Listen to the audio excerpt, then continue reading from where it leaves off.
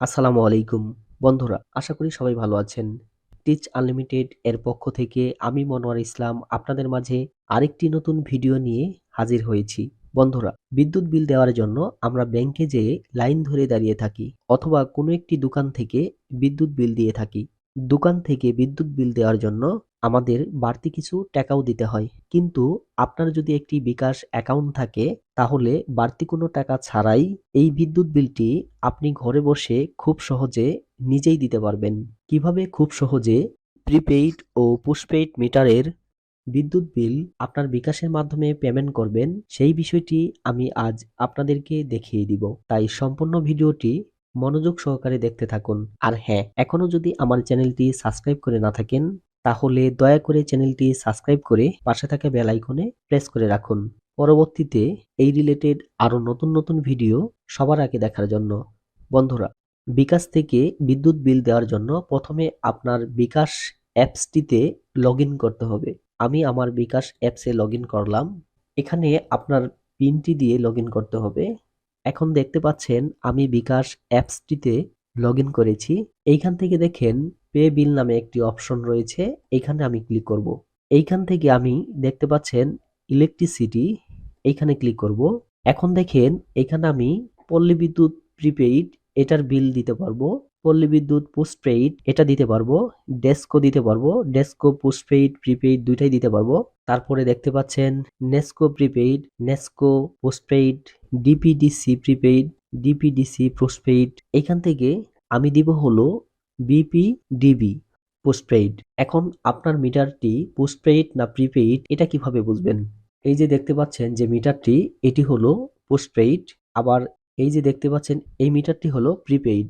এখন এটা জানার আরেকটা মাধ্যম হলো আপনার যে বিদ্যুৎ বিলের কাগজটি আছে, এটা হলো আমার বিদ্যুৎ বিলের কাগজ। এখানে দেখেন বিপিডিবি, যেটাকে আমরা পিডিবি বলি। আমার মিটারটি হলো এরকম, এটা হলো পোস্টপেইড মিটার। কিন্তু কারো যদি এই যে এই মিটারটি থাকে এটা হলো প্রিপেইড মিটার। প্রিপেইড মিটার হলো আপনাকে অগ্রিম টাকা রিচার্জ করে তারপর খরচ করতে হবে। আর পোস্টপেইডটা হলো আপনাকে মাস শেষে বিল পেমেন্ট করতে হবে, মানে বিল দিতে হবে। আমারটা যেহেতু পোস্টপেইড যার কারণে আমি যাব হলো এই যে বিপিডিবি পোস্টপেইড, এখানে ক্লিক করব। এইখান থেকে আমি কোন মাসের বিলটি দিব সেটি সিলেক্ট করতে হবে। আমি আমার বিদ্যুৎ বিলের কাগজটি দেখিয়ে দিচ্ছি।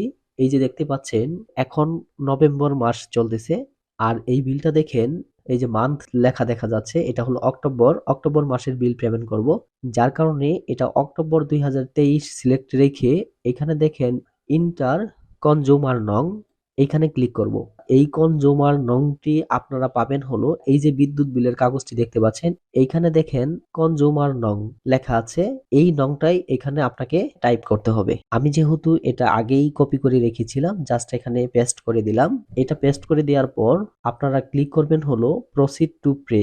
এখন দেখতে পাচ্ছেন এখানে আমাকে বিল দেখাচ্ছে 1289 টাকা আর স্ট্যাটাস দেখাচ্ছে আনপেইড। আর এটার ডিউ ডেটটা হলো 23 নভেম্বর 2023। আপনারা এখানে আপনাদের বিদ্যুৎ বিলের যে কাগজটি আছে সেটিতে লক্ষ্য করুন। এই যে আমার যে বিদ্যুৎ বিলের কাগজটি এখানে দেখেন লাস্ট পেমেন্ট ডেট 23/11/2023, এখানেও সেম কিন্তু দেখাবে 23 নভেম্বর 2023। আর অ্যামাউন্টটা দেখতে পাচ্ছেন আমি এখানে মার্ক করে রেখেছি 1289 টাকা 00 পয়সা। দেখেন সেম কিন্তু দেখাবে। ট্যাপ টু কন্টিনিউ, এখানে ক্লিক করব।